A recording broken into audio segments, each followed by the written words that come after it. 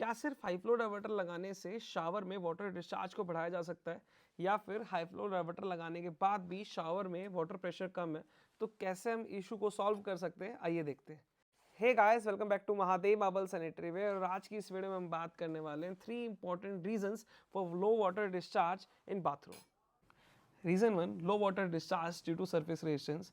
लो water discharge का सबसे बड़ा रीज़न है पाइप के इनर सरफेस में रफनेस का होना। तो जैसे जैसे पाइप की क्वालिटी इंक्रीज होती जाती है, इनर सरफेस की रफनेस कम होती जाती है, हमारा वाटर डिस्चार्ज लॉस कम होता जाता है और लास्ट में हमारा वाटर डिस्चार्ज हमें ज़्यादा मिलता है। सेकेंड है पाइप का डायमीटर। पाइप का डायमीटर जितना कम होता जाएगा, पानी को उतना ही ज़्यादा सरफेस रेजिस्टेंस मिलेगा, जिससे हमारा वाटर डिस्चार्ज लॉस बढ़ता जाएगा। मैं एग्जांपल के तौर पे आपको बताऊं, अगर मैं आधा इंच की 3 मीटर लंबी पाइप लेता हूं तो उसमें वाटर डिस्चार्ज अगर 1 लीटर का आ रहा है, वहीं अगर मैं 1 इंच की 3 मीटर लंबी पाइप लेता हूं तो उसमें वाटर डिस्चार्ज आएगा 4 लीटर का।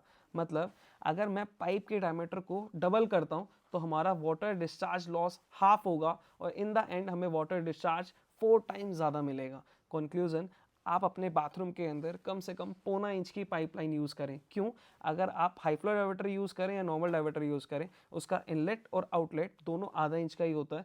तो सिर्फ और सिर्फ हाई फ्लो में कार्टलेज ज़्यादा बड़ी होती है। सिर्फ कार्टलेज बड़ी होने से आपके शावर हेड के अंदर पानी का प्रेशर नहीं ज़्यादा आएगा। उसके लिए आपको ज़्यादा डायमीटर की पाइप यूज़ करनी पड़ेगी, यानी कि आपको 1.25 इंच की पाइप अपने शावर हेड में या पानी बाथरूम में जो भी पाइप लेआउट आप डालेंगे, वहाँ पे आपको 1.25 इंच की पाइप डालनी है। Reason 2, sharp bends use in pipe layout.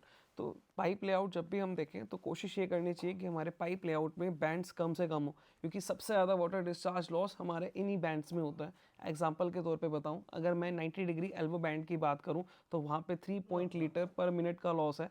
वहीं अगर मैं 45 डिग्री शू बैंड की बात करूं तो वहाँ पे जो लॉस कम हो जाता है वो आता है 2 लीटर पर मिनट का। तो जैसे जैसे हमारा ये बैंड 45 डिग्री से और कम आएगा, जैसे लॉक बैंड पाइप की बात करूँ तो वहाँ पे जो वाटर डिस्चार्ज लॉस आएगा वहाँ पे आता है 1.7 लीटर पर मिनट का। तो हमें बाथरूम के लेआउट में हमेशा ये कोशिश करनी चाहिए कि कम से कम बैंड यूज़ हो, और अगर बैंड यूज़ भी हो तो 90 डिग्री एल्बो को इग्नोर करके हम बाकी अदर लो बैंड इशू का यूज़ करें।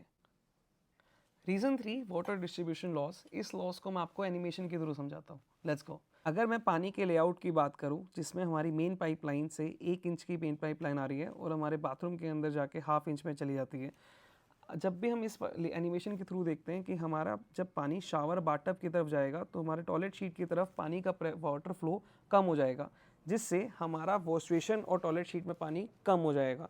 ये था हमारा विदाउट लूप। अगर मैं बात करूं कि विद लूप की, कि किस तरीके से हम इसको इस इशू को सॉल्व कर सकते हैं, तो हम लूपिंग सिस्टम के थ्रू इसे सॉल्व कर सकते हैं। अगर मैं एक एक्सटेंशन शावर से निकाल के अगर उसको कनेक्ट कर दूं हमारी टॉयलेट शीट से और वॉश बेसिन से, तो हमारा जो वाटर फ्लो है वो आपका वाटर फ्लो जो लॉस है वो कम हो जाएगा, क्योंकि दोनों एंड से वहाँ पे वो पानी कवर हो जाएगा।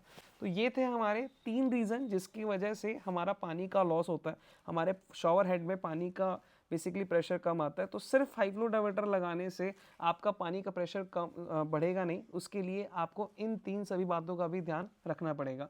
तो इन सभी टेक्निकल वीडियोस के लिए चैनल को लाइक करें, शेयर करें, सब्सक्राइब करें। Thank you so much.